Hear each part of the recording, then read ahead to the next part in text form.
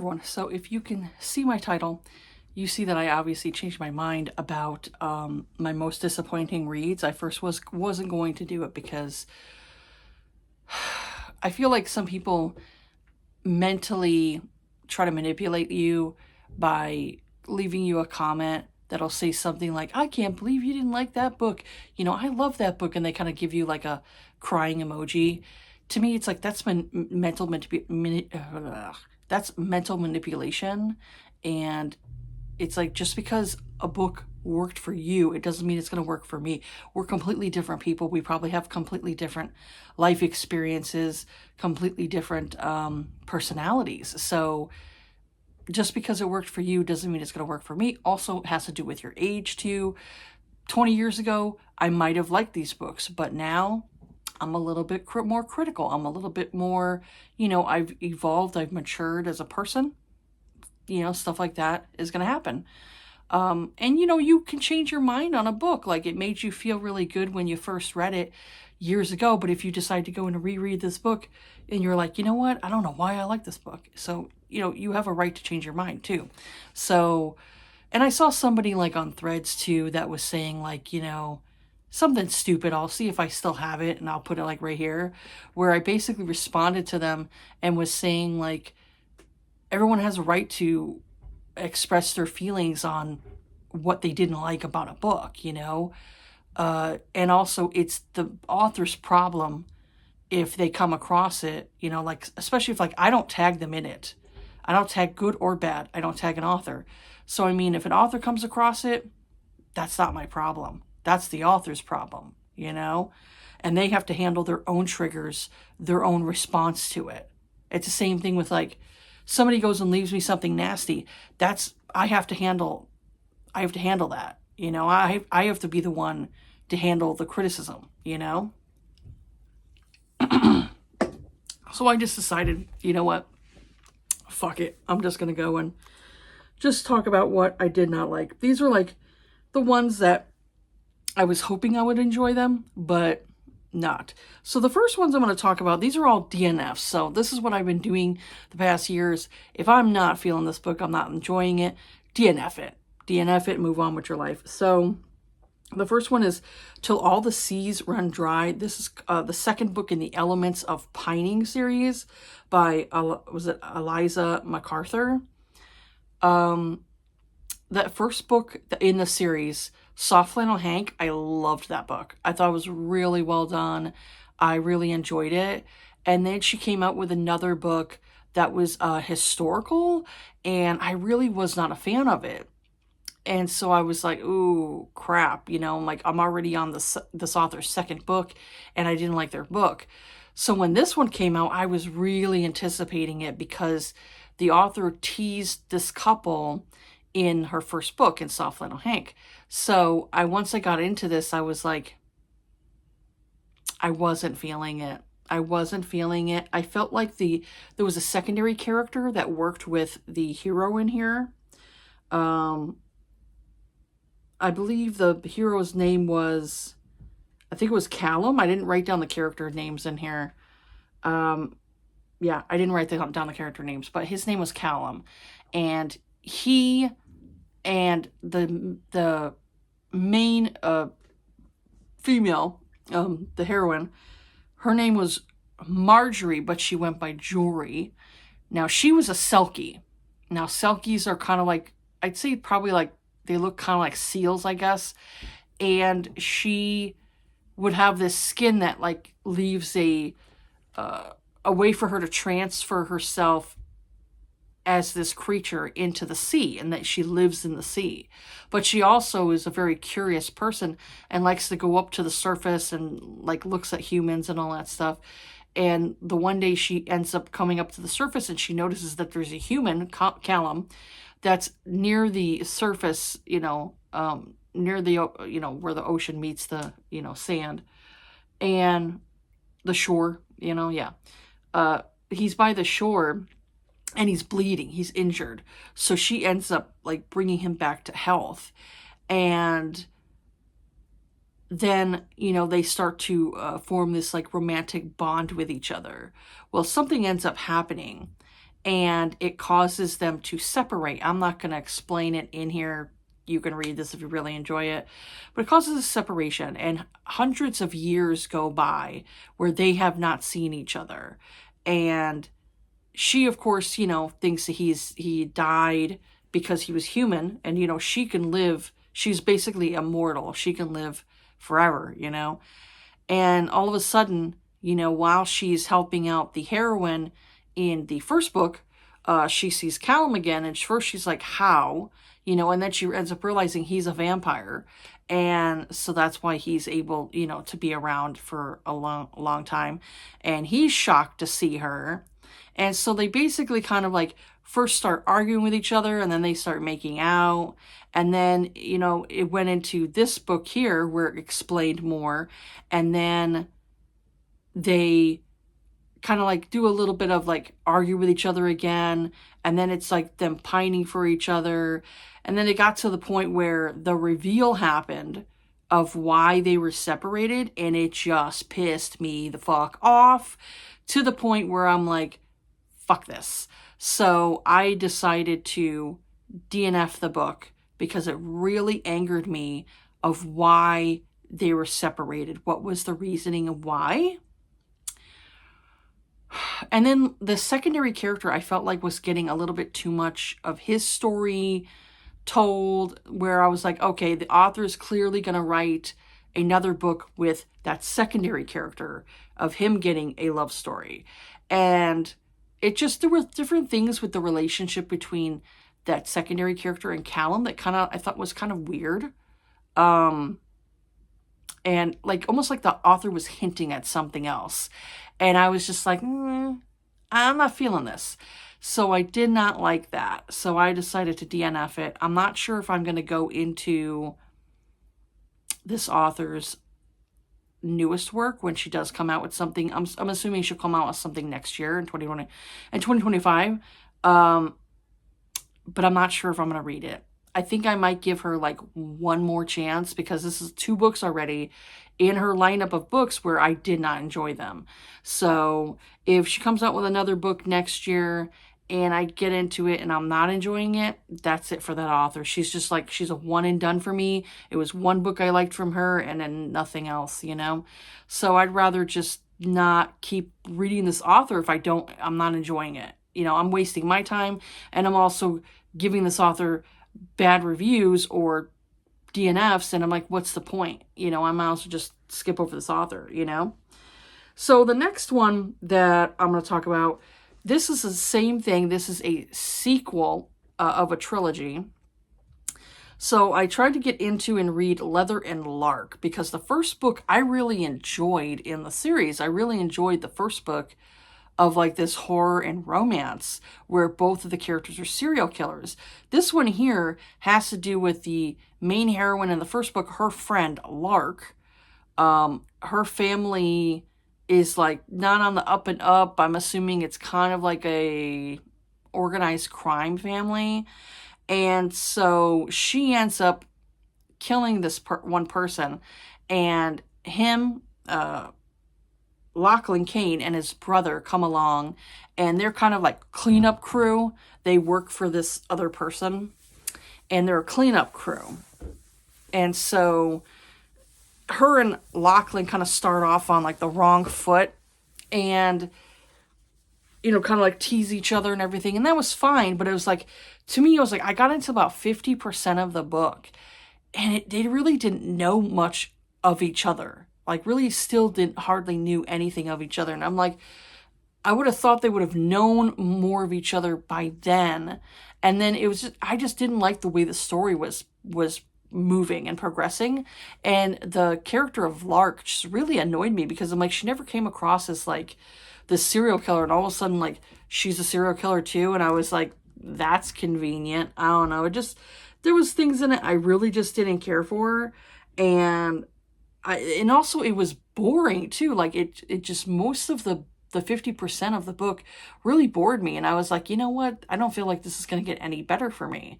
So I ended up just like, nah, I'm good. I just decided just to DNF it and move on with my life.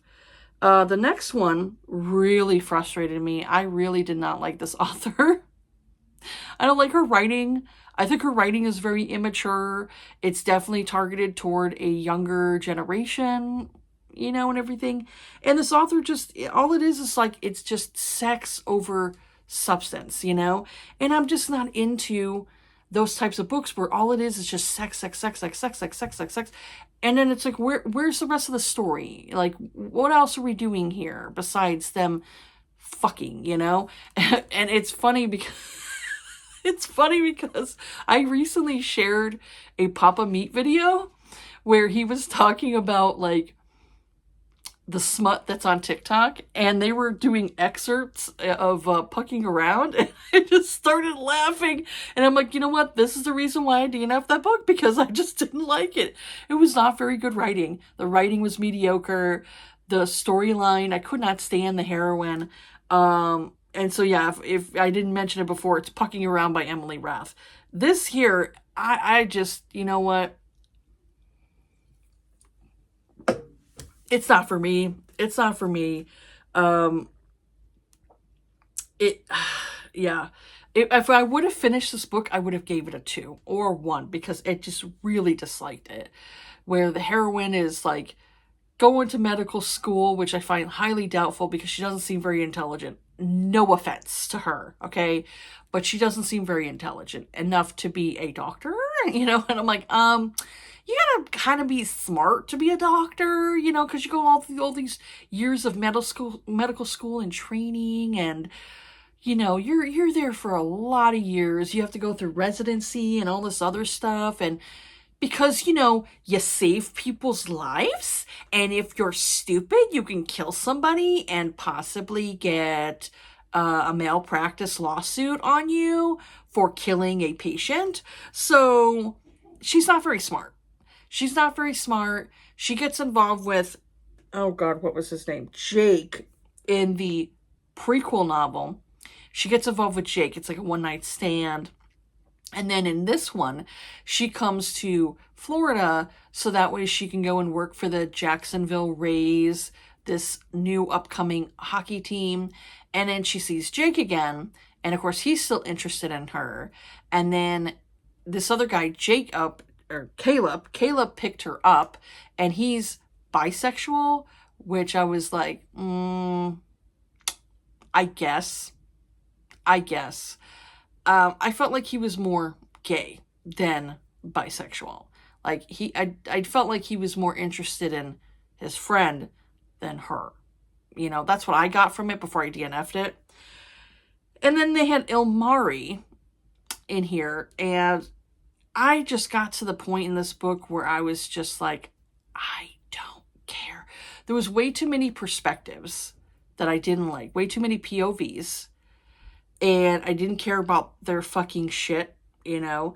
And then, I felt like Jake was just this weenie character. And what really infuriated me, and it wasn't this book, because I ended up DNFing this, when it got to like the second book in the series, and I felt like the character of Jake got dumber as the series progressed, as the books progressed, and they ended up becoming in like this polyamorous relationship, and to the point where Jake didn't fully understand what a polyamorous relationship was. And I'm like, dude, you married Caleb at the end of the book. They're all together, you know, because I kind of skimmed it. And then when I got into the second book, there was a marriage, the marriage of Rachel marrying Ilmari, who is like the goalie. And then Jake and Caleb got married, so it was a gay marriage. So that way they could all be together. Because they said like, oh, because California's not that liberal to where they would accept a polyamorous marriage. And it's like, well, it's essentially like, you know, bigamy, you know, and all that stuff. Because I think in Utah, I think they try to do like some of these Mormon marriages will have like more than one wife and all that stuff. And I think that's kind of weird. you know? It's like, why would you want to have multiple women bitching at you at the same time? I'm like, dude, you are, you know, you are a glutton for punishment. So, to me, I was just like, why? What's the point, you know?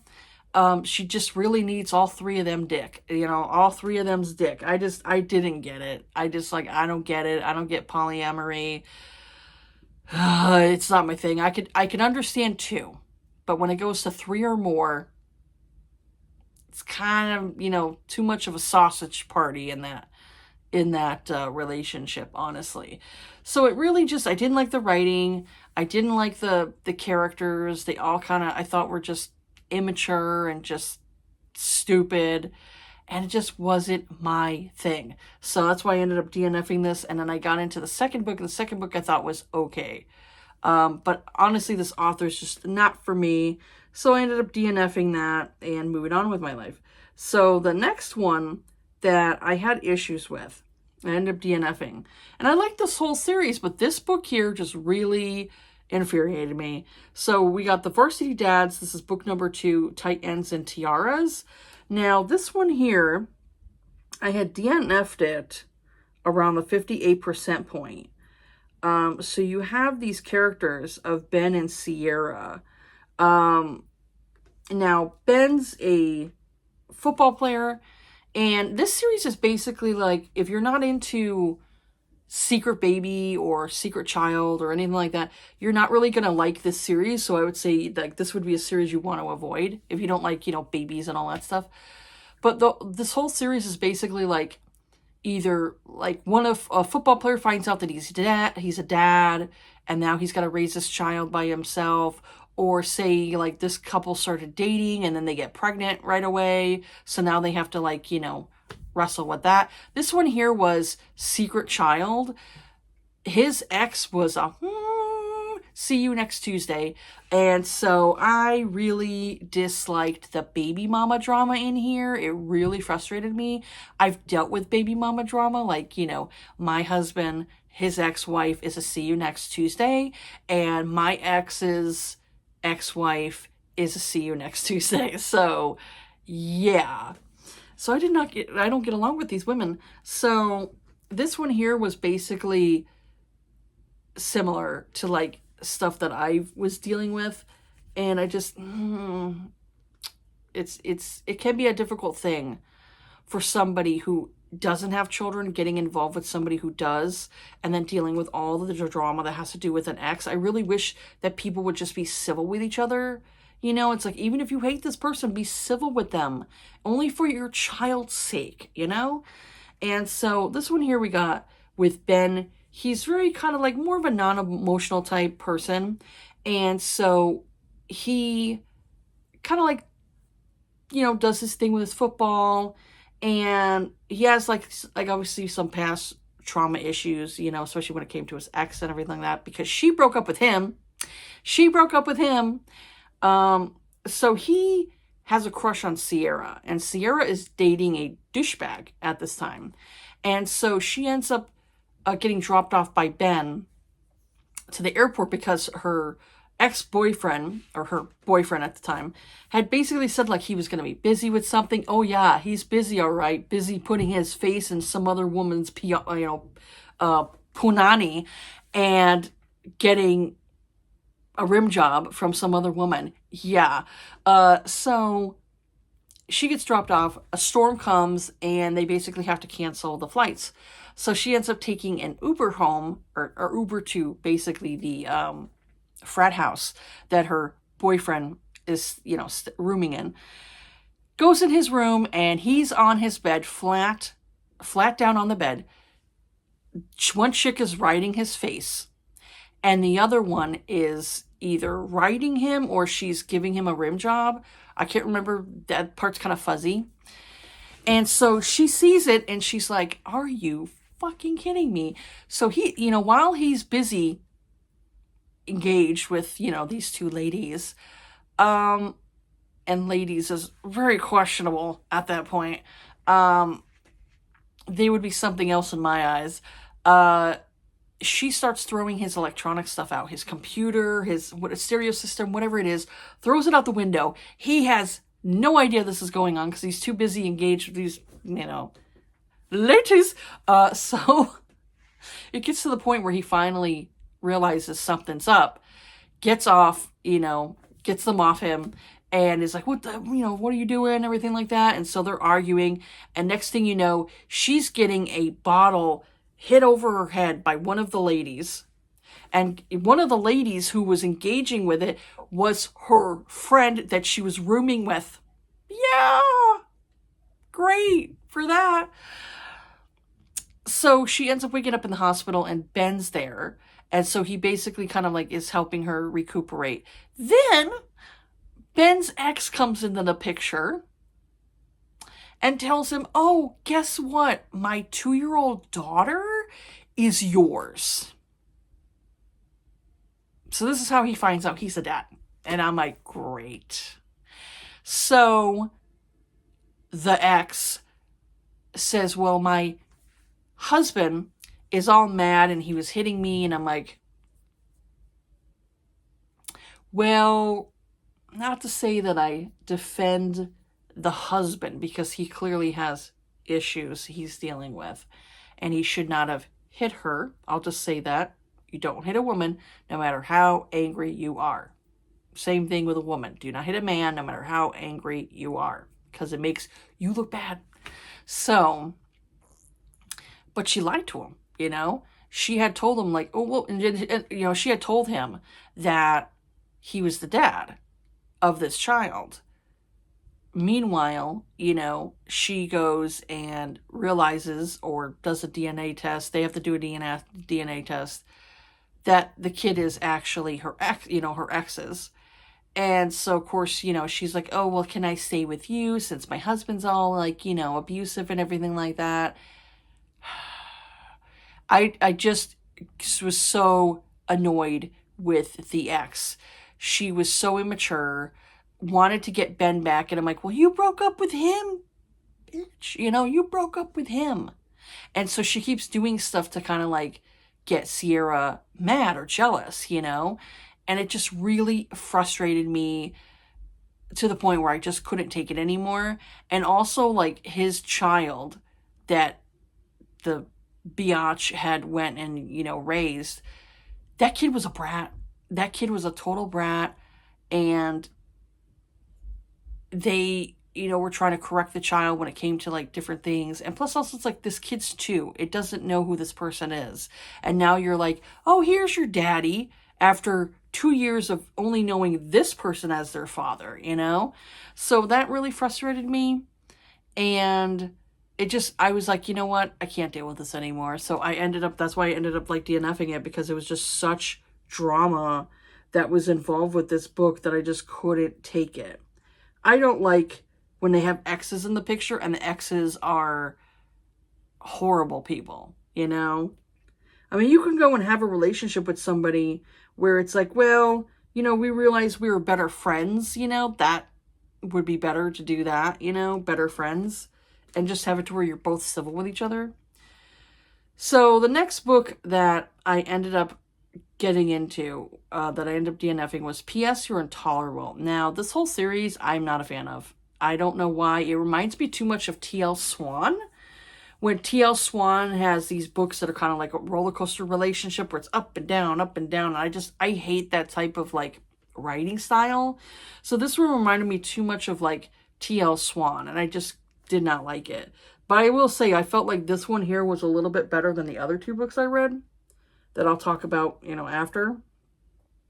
So this one here basically was Elliot and Catherine. Now, Catherine started working for Elliot, and she's basically like the best secretary or, receptionist that he's ever had. And because he's hard to work with. And so when she just starts working with him, she finds out she's pregnant. And so she tries to like, obviously keep the pregnancy under wraps, as much as she could. But eventually, she got to a point where she's starting to show, and, the seat that she's sitting in when she works with Elliot is a bit like uncomfortable for her. And so, Elliot ends up finding out that she's pregnant. So he ends up like, getting her a new chair and everything. Like he got it for like the whole floor, but he clearly got it for her. He just didn't want to mention that, that he did it basically for her. And he obviously likes her. He's attracted to her, but he's trying to keep it more of like, don't shit where you eat kind of thing, like you work with this person, you're her boss, so it kind of would make it not very good to, get involved with her. So, things happen to where she goes into labor, and then she goes on to maternity leave, and so he keeps like, kind of like bugging her, like, where's this and where's that, because, his new temporary receptionist is a man, and the guy's like, constantly scared of Elliot, and doesn't work the way Catherine works, and so, Elliot obviously misses her. So she's living in this house that's like run down because her ex there that split on her, went back to Australia. He had put renovations into the house, but they didn't finish paying the contractors. So the contractors, since she didn't have the money for it because she was in over her head, because she went into this property thinking that she's gonna fix it up herself, and I'm like, no, don't do that.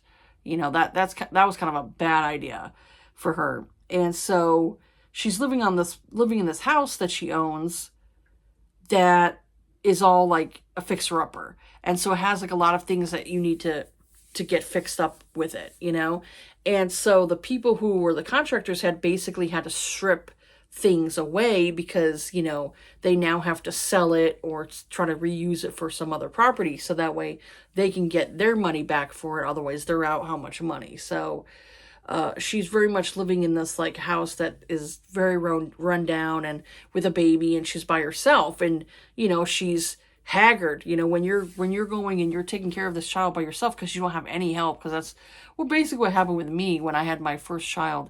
My ex there, he worked early in the morning, so he needed to get his sleep at night in order for him to work.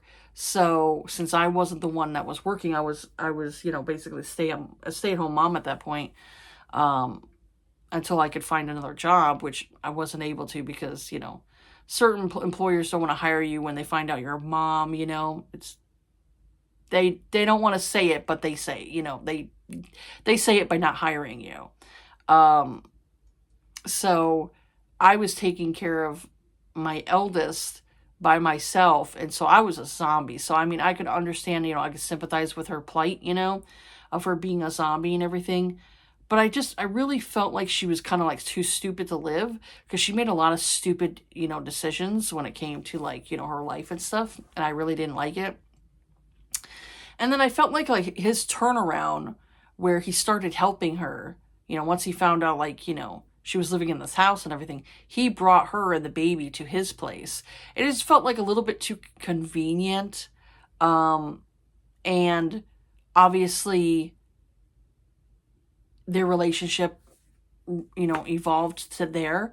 And there were things that I just didn't care for it. But I will say, like, I liked it better than the other two books because I felt like he was a better character. I liked him better than the other two dudes that were in the series. I did like him better. I just was not a fan of the heroine. The heroine really annoyed me, and she made a lot of stupid decisions that just frustrated me so much. So yeah, that's why I DNF that one. So the next one I'll talk about is Lights Out by Nevessa Allen. This one here is definitely, if you are like a young 20s and you love TikTok, you love the TikTok, you love the book talk. I'll say you love the spicy book talk crowd. You like watching males do the thirst traps and all that stuff. I just get tired of that stuff. I just get like, why? Like the first time you see it, you're like, oh, this guy's got a nice chest, he's very good looking, or like maybe he hides himself in a mask, and it kind of like adds that like little attraction to it, but after a while, it just gets really cheesy and cringe. So this guy here is a TikTok dude that a lot of chicks are interested in, and they have their thirsty comments, and I'm just like, ladies, decorum, I mean, honestly, show you have some class, don't be a man leaving some like stupid comment, so to me, it's like, I kind of cringe at all that stuff. I just can't get into it. And that was one reason why I ended up like getting rid of TikTok. So I got so tired of the thirst traps. I just like, oh God, I can't stand it. Especially when everybody was doing that one thing where they're doing like that. What was it? It was like a circular ring light, and they would go fling like this, and it would show like the person's body and everything. And I'm just like, I just was like, oh, give me a break. So yeah, that's what this crowd is. This crowd is for like if you're interested in like the thirst trap shit. So the heroine likes the thirst trap guy. She thinks he's sexy. And so he finds out, who she is, and he decides to break in her house and leave a camera behind, to spy on her. And he works in like tech, he works as like a professional hacker for this company. And then all of a sudden she gets like this stalker dude who wants to murder her, wants to murder her after she treated him at the hospital, because the dude's like a serial killer or a rapist or something like that, He's a bad dude. So they accidentally kill the guy, and her family works for organized crime because, of course, that's easy. And then they go and, make the body disappear. And they do like all this like freaky stuff. And it wasn't until like the 70% point where they actually had penetration, all this stuff like before, and then it got to the point of penetration. I was just like, okay. And I don't know. I tuned out. It was boring to me. I gave it like, how far was I in? 70% or 75% before I gave up on it? 70%. I was 70% into the book and I gave up on it.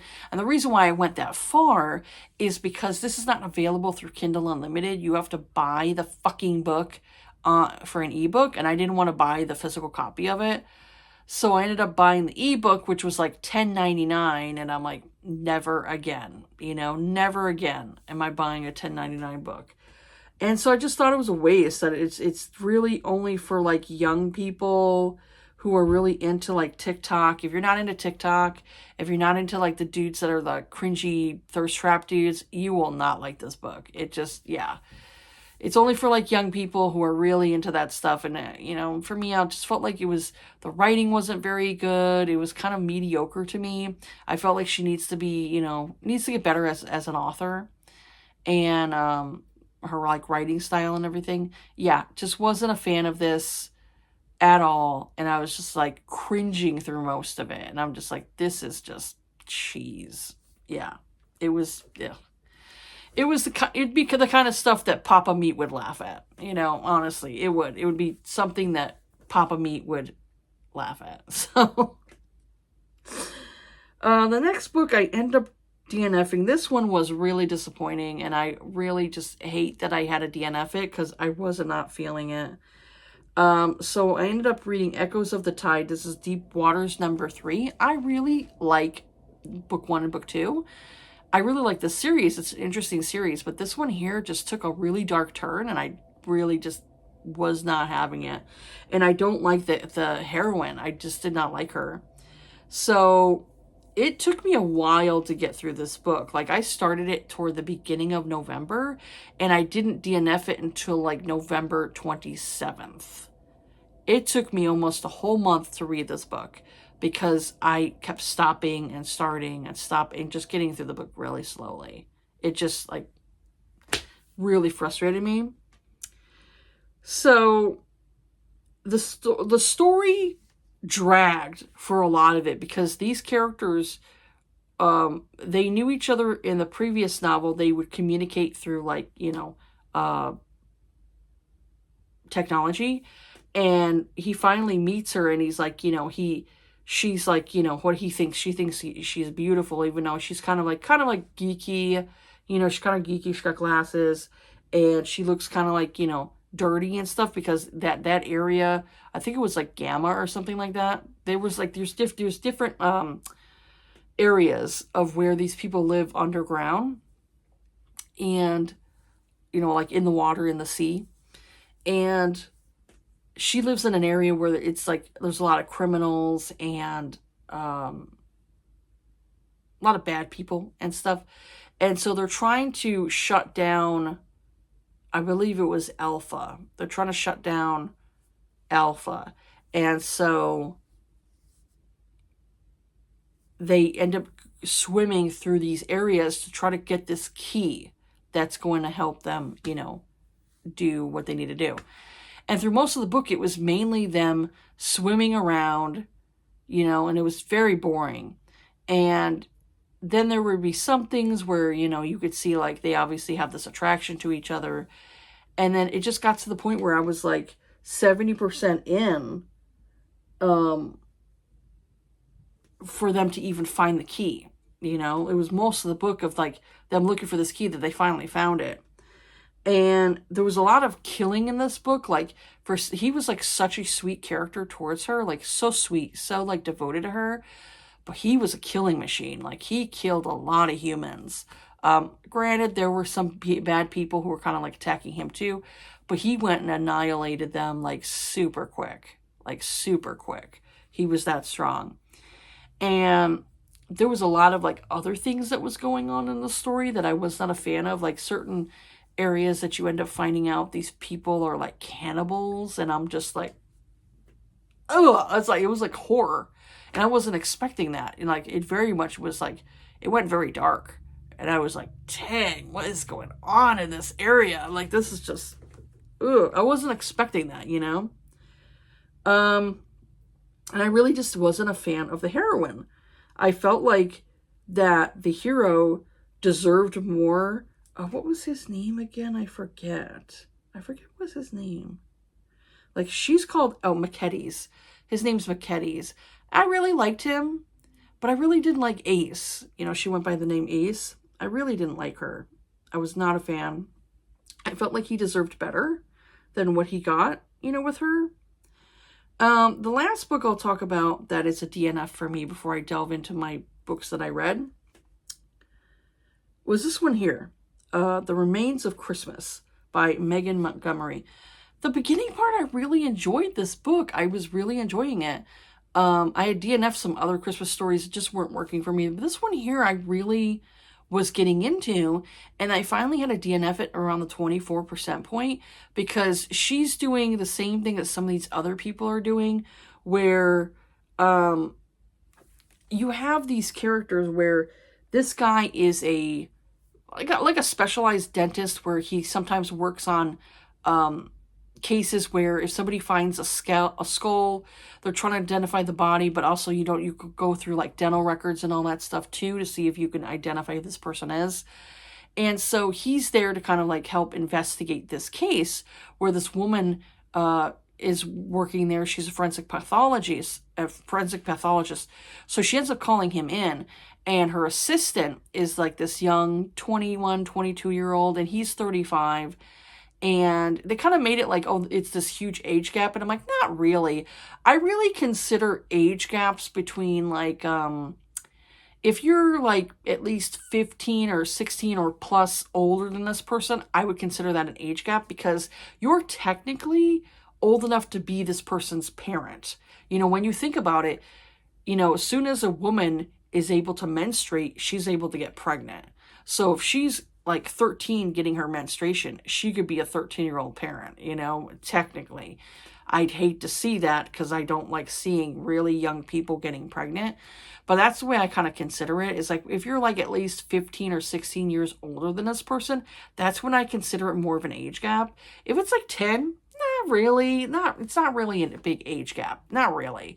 Like my husband, he is born in 72. I was born in 79. And for a little while, he kind of like kept calling me kid. And I'm like, dude, I'm not a kid. We were born in the same generation, the same like decade. So how is it that's an age gap? It's not. It's not an age gap. You were born in the early 70s. I was born in the late 70s. It's not a big deal, you know? I'd say if you were born in 1970 and your girlfriend was born in 1990, yeah, that's an age gap. That's an age gap. And that's like a different generation thing because you're like Gen X and she's like, what is she? What's the next generation after that? Would that be a millennial or what is it? I can't remember. I'll have to like find it and put it here. What's 1990 generation? I forget. It could be still millennial. But I could see that because you're in different generations, so you kind of like grew up at a different time. So I could see maybe you having not really much in common with each other. But this one here, it's like she was 21, 22, and he was 35. And I'm like, that's not really much of an age gap. It's barely there. So they're attracted to each other. And it got to about the 24% point where they're already banging it out. And I was like, they don't even know each other. They barely know each other. They're banging it out in his place, doing multiple services.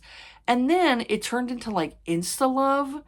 And then after that, it was like, as I was scanning through, it turned into daddy kinks. And she's calling him daddy. And I'm just like, seriously? And I'm like, where's this investigation? I want to see the investigation first before I see like this, having them have sex.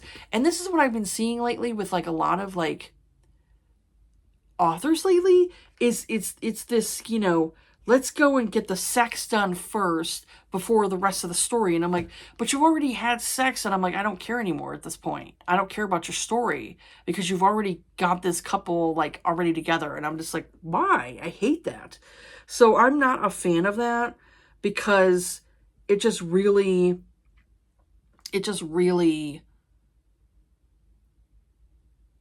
do anything for me.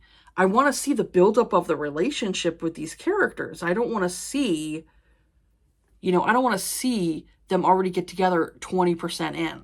I want to see the buildup of these characters, their attraction.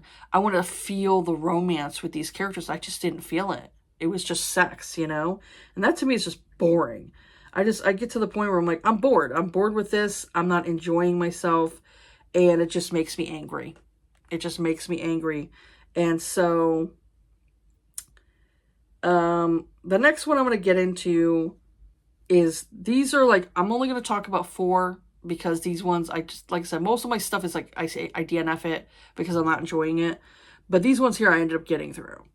So this one here, I read this toward the beginning of the year. This is A Gorgeous Villain by Saffron A. Kent.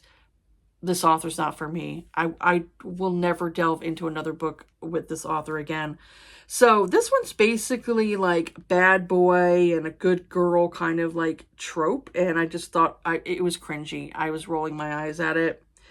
So the character here, he's more of like her brother's enemy.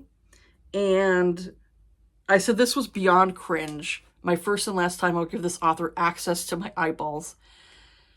So there's a surprise pregnancy in here, which I knew going into it. So I said it's a typical older brother's rival. Younger sister is so intrigued with him. The heroine is 16.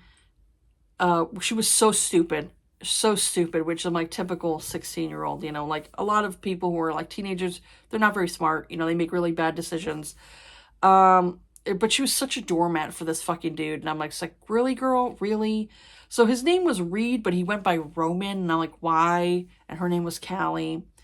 So they hang out, fool around. But there was no sex during that time because she was 16. And of course, he didn't want to go and get arrested for like statutory rape. So he's 19. She's 16. And multiple times in here in this book, like it mentioned how big his like wang was and everything. So they kind of fool around, and then he kind of like breaks things off with her and breaks her heart. And then she decides to go to this, she ends up going to this all girls school or something like that. It's like a private school. And then she turns into a bad girl, which I'm like, why? She's like, I'm going to be bad now. And I'm like, okay, so you're going to do that because a man hurt your feelings. Girl, grow the fuck up. Grow the fuck up. So she comes back at like 18 and they end up like seeing each other again. They argue, end up having sex. And of course, you know, he has a big peen and he doesn't wear a condom like an idiot that he is. And she gets pregnant. And I'm like, ugh, fuck. So I said the internal dialogue was so long to the point where I couldn't remember what the other character was saying. So I started speed reading their internal dialogue to get to the speech dialogue in the book. And I said the drama was like a soap opera and not in a good way, you know? Once he finds out she's pregnant, he suspected it due to him not wearing a condom. And I'm like, if you already know this and you're like, well, there's a possibility I could be getting her pregnant, but you do it anyway. Okay. He becomes super protective once he finds out, you know, she's pregnant. And for some reason, she keeps tripping on herself. And, you know, he has to keep catching her. And I'm like, this is fucking cringe. So she ended up lying to him and telling him that she had sex before when she was in the all-girls school. And so when he went and broke her cherry, he wasn't exactly gentle with her before he knocked her up. And I'm like, why did you do that? Why did you tell him that? He would have been more gentle with you if you just would have been truthful with him. Like I said, I didn't like either one of these characters. I really disliked them both. I said the repeated dialogue in here was so annoying. She would say something, then he repeated it, and then he would say something, and she would repeat it. I said, I felt like they were parrots. I said, of course, he has a big peen. It was repeated multiple times in here. And I'm like, why do we need to keep being repeated that this guy has a big wang? Why? It wasn't until she finally had her daughter that he went and confessed to her his feelings. And I'm just like, dude, lie. Liar, liar, liar. I just didn't believe it. Didn't believe it. And I was like, heck no, forget this. So yeah, I ended up like finishing that. I really disliked it. Ended up giving it 2 stars. And then the next one I ended up not liking is The Harder They Fall, #1. Like I said, I DNF'd the 3rd book in this series. So I ended up reading Dear Grumpy Boss. The characters were Weston and Elise. She goes by either Ellie or Lise. So the guy said, content warning, hero was a douchebag. He is. This hero's a douchebag. This reminded me so much of,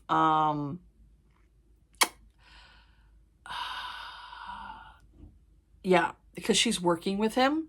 This reminded me too much of T.L. Swan's, that one series, the Miles High Club series.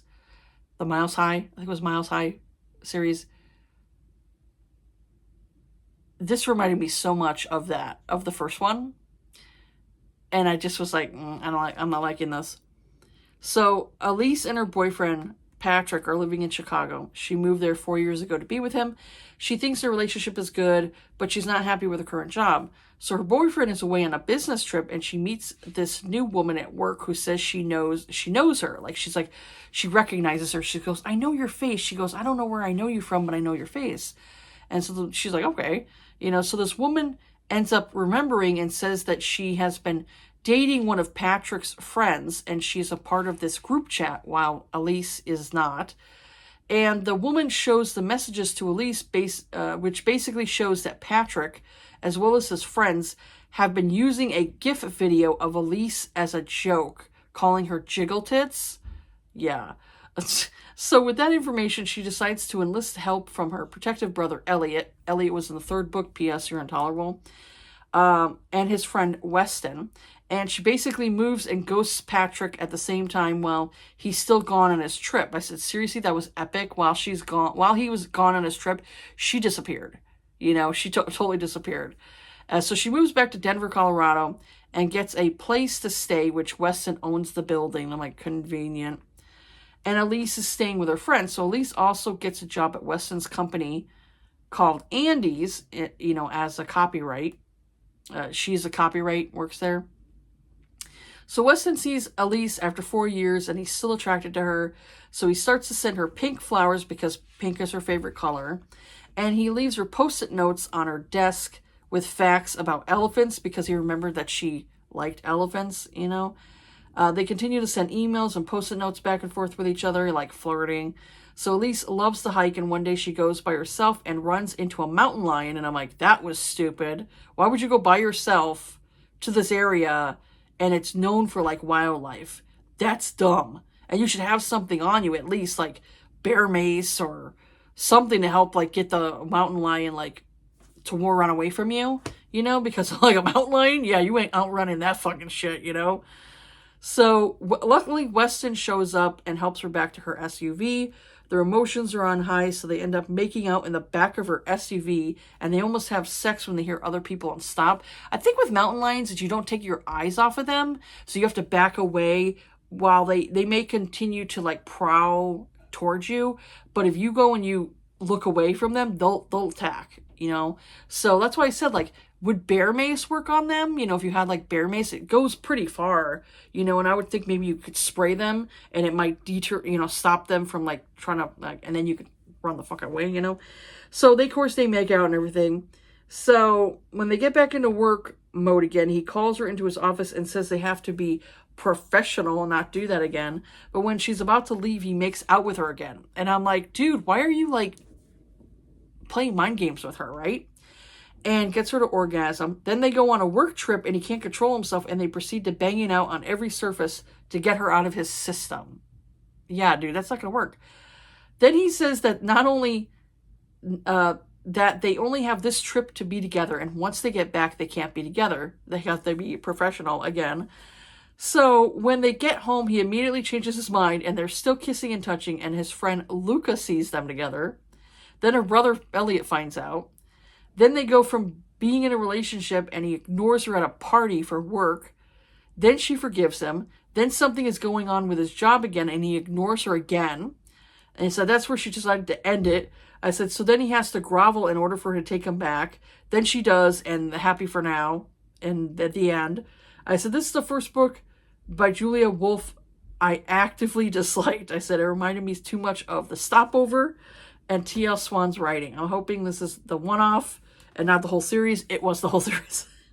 And that's what I said. It was the back and forth with me that really infuriated me. Her taking him back, and he was so immature, and it just really fucking pissed me off. It just really pissed me off. And I just don't like those mind games when the guy keeps playing these mind games with the chick. So the second one in the series, Sincerely Your Inconvenient Wife, The Harder They Fall, book number 2. Disliked that one too. I ended up giving it 2 stars. So we got Saoirse and Luca. So Saoirse and Luca meet one night at his condo. His cousin Vincent had a party at Luca's place, and Saoirse's friend brought her. So Saoirse's friend went with Vincent, his cousin. So Saoirse went and hung out in a bedroom and ended up passing out. So Luca gets home from work, and he finds her like in his bedroom. So they strike up a conversation, and one thing leads to another, and they're just about to have sex when they're interrupted by his cousin Vincent. So Luca finds out that Saoirse is working for his company, and at first he thinks that she's stalking him, but then he finds out that she is best friends with Elise, his friend Elliot, his sister, the chick from the first book.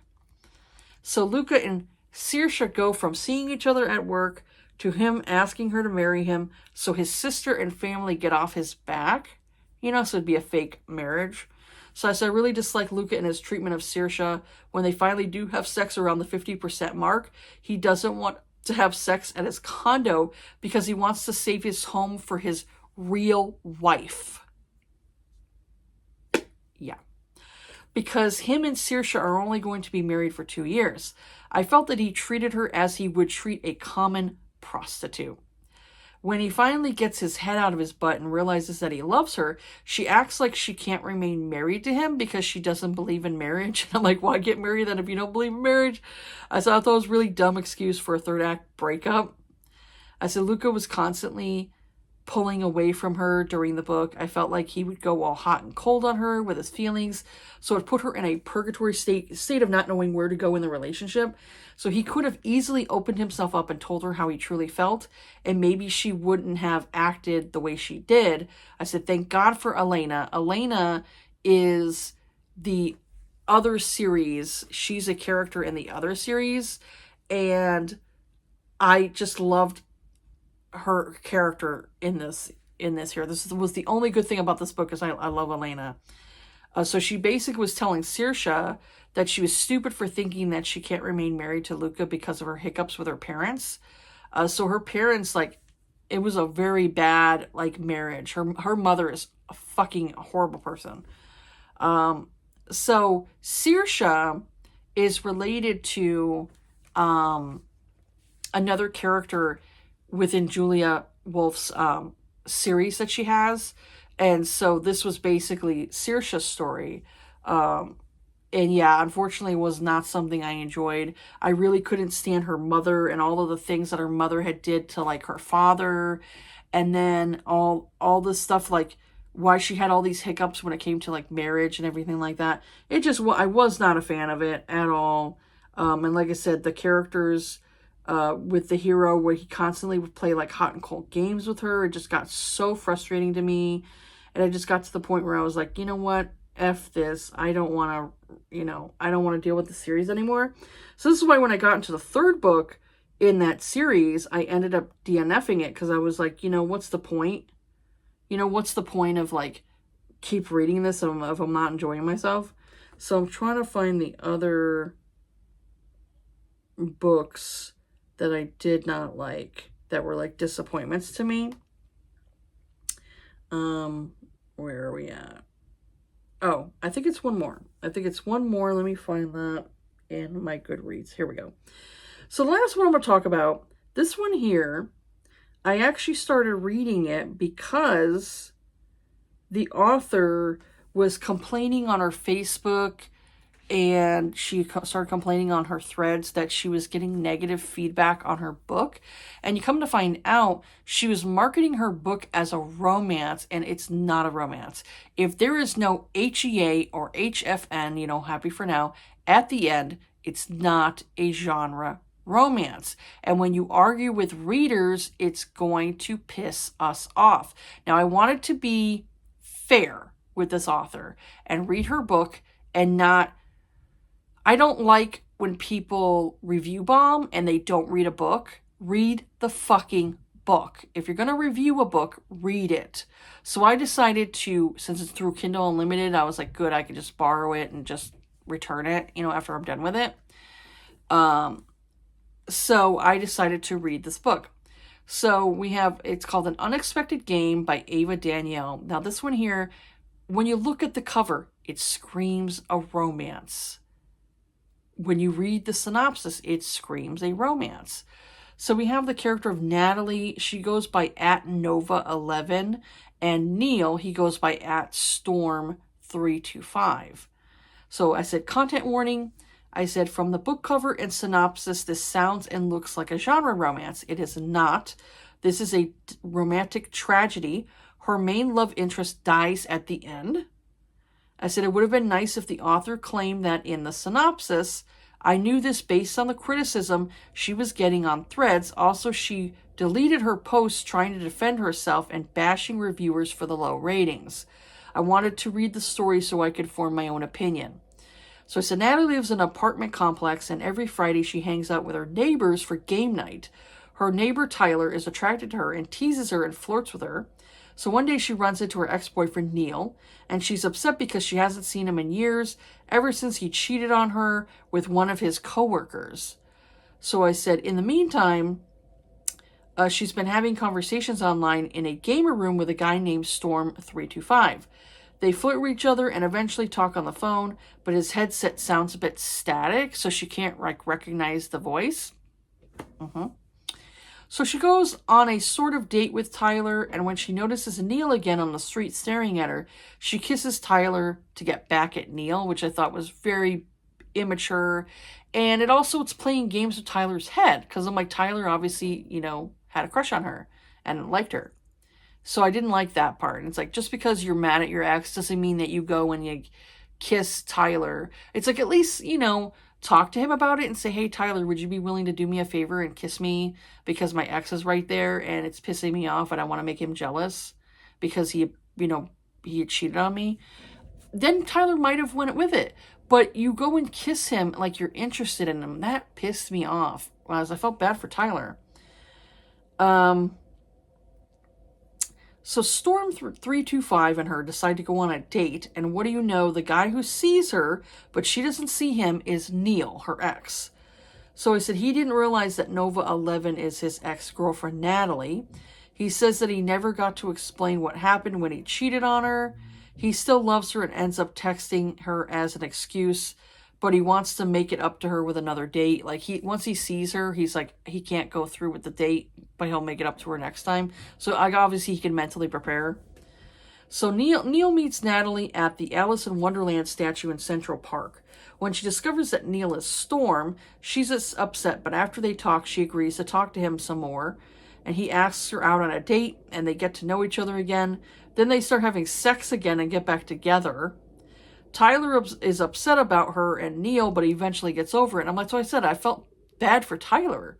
You know, she was playing games with him. So 3 months go by, and they decide to move back in with each other, and they decide to buy a house. Her friend gets married, and then moving day comes. Neil goes in an Uber, and then it shows his POV lying on the ground dying. He passes away, and now Natalie has to move on with her life without him. Again, this is not a genre romance.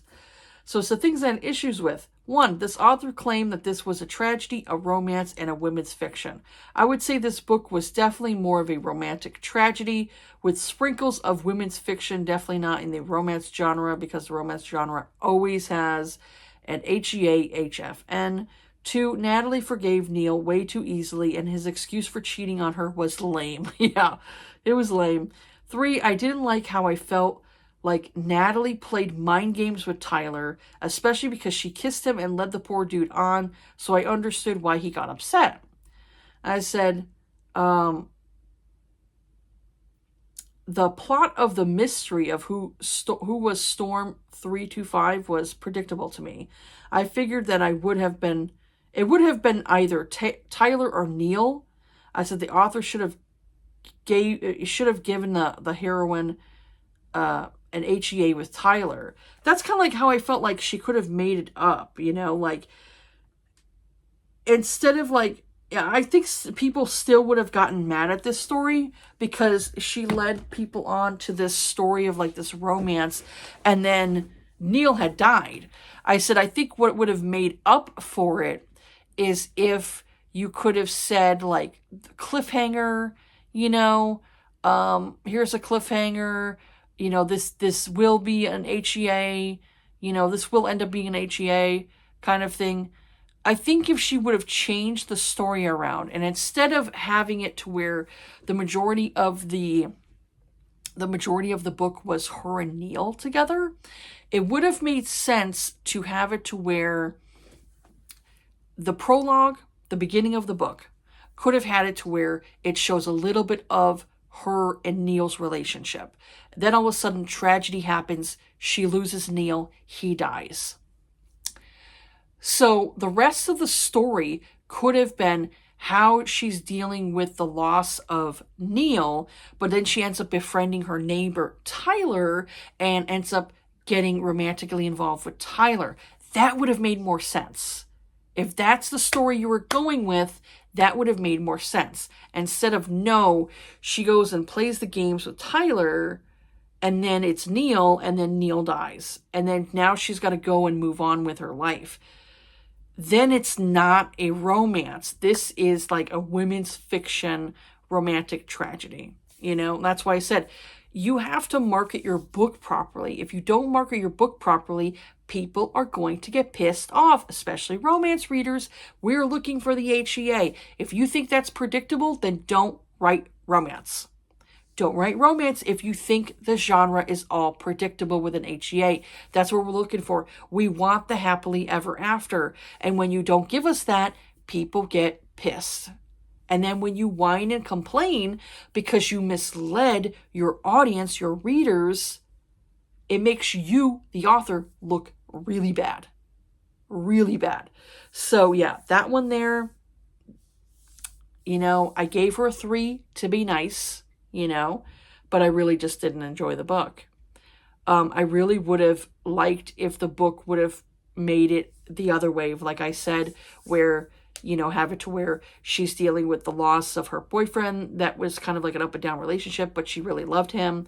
And then had it to where she fell in love with Tyler at the end of the book and had her HEA and all that stuff. It would have been a much better story. Maybe not a great story, you know, because I thought her writing was kind of like, okay, not great. She could definitely improve. I will just say, like, if you are a first-time author, you're not going to be good at it. You're not going to be good at it. No matter how much you maybe went to school for like creative writing or English or whatever it is, you're not going to be great at it. You have to keep practicing your craft. That's with anything. Like, your first works, you may not print. You may not print them out. You may not decide to get them out there because you don't really care for your first editions, you know, your first books that you put out, you know, first books that you write. You may not publish them yourself because you're like, you know, I think it's always good to practice and keep practicing and keep practicing, keep writing these stories, because you could decide later on, you're like, you know what, that story that I wrote years ago that I really didn't like and I didn't want to go and publish, I'm going to go and rewrite it and make it better to where I can publish it. You know, why don't you do that? Same thing with, like, it's with anything. If you first start out drawing, you're not going to be good at it. You have to keep practicing to get better at your art. So you don't want to go and put out your first works because they look like shit. You know, like, I don't want to put out my first works because they look like crap. It wasn't until I got better at doing art that I was like, I felt confident enough to have other people critique it. So it's the same thing with this. If you are, some people are overconfident, I swear, but if you don't want to get criticized, which I would say, don't get into any creative field where you're going to have people buy your work, you know, where you're going to sell your stuff, because anybody's going to critique you. You know, there's always going to be someone out there who doesn't like your work. But with this here, it's like practice, get better at your writing, have people who are in the professional field give you tips on what you can do to make your writing better, you know, make it better, and then publish your stuff, you know, and especially know where to market your book. If you mismarket this book, not only are you going to get people who are going to get pissed off at you because you mislabeled this book, but also you're doing yourself as an author a disservice. You're not helping yourself, because now these people see all these bad reviews and nobody wants to delve into that. There might be few who give you a chance and say, you know what, I'll try it just to see because it sounds interesting. But the majority, no. You are basically killing your own career by doing this. So that's why I say market properly, because this is how you're going to go and get your audience. You're going to get your audience through that. Maybe some people like tragedy. That's how you market it. You market it as a romantic tragedy. People know going in, there's not going to be a happy ending. Some people like that. You would get a better audience if you marketed it correctly. So yeah, that's it for this video here. There's other books that I could have talked about, but it would be too long of a video. It'd be like a 2-hour video at this point. And I didn't want this to be like super long. So that's it for this video here. Is there a book that you read this year that you just really disliked and you just, you know, had issues with it? What was that book that you really disliked? Maybe there was something that I read this year that, you know, that was the same thing. So, but yeah, let me know down below in the comment section. But yeah, that's it for this video here. Have yourselves a good day. Take care of yourselves. Be kind to each other. And I'll see you all on the next video. All right. Bye.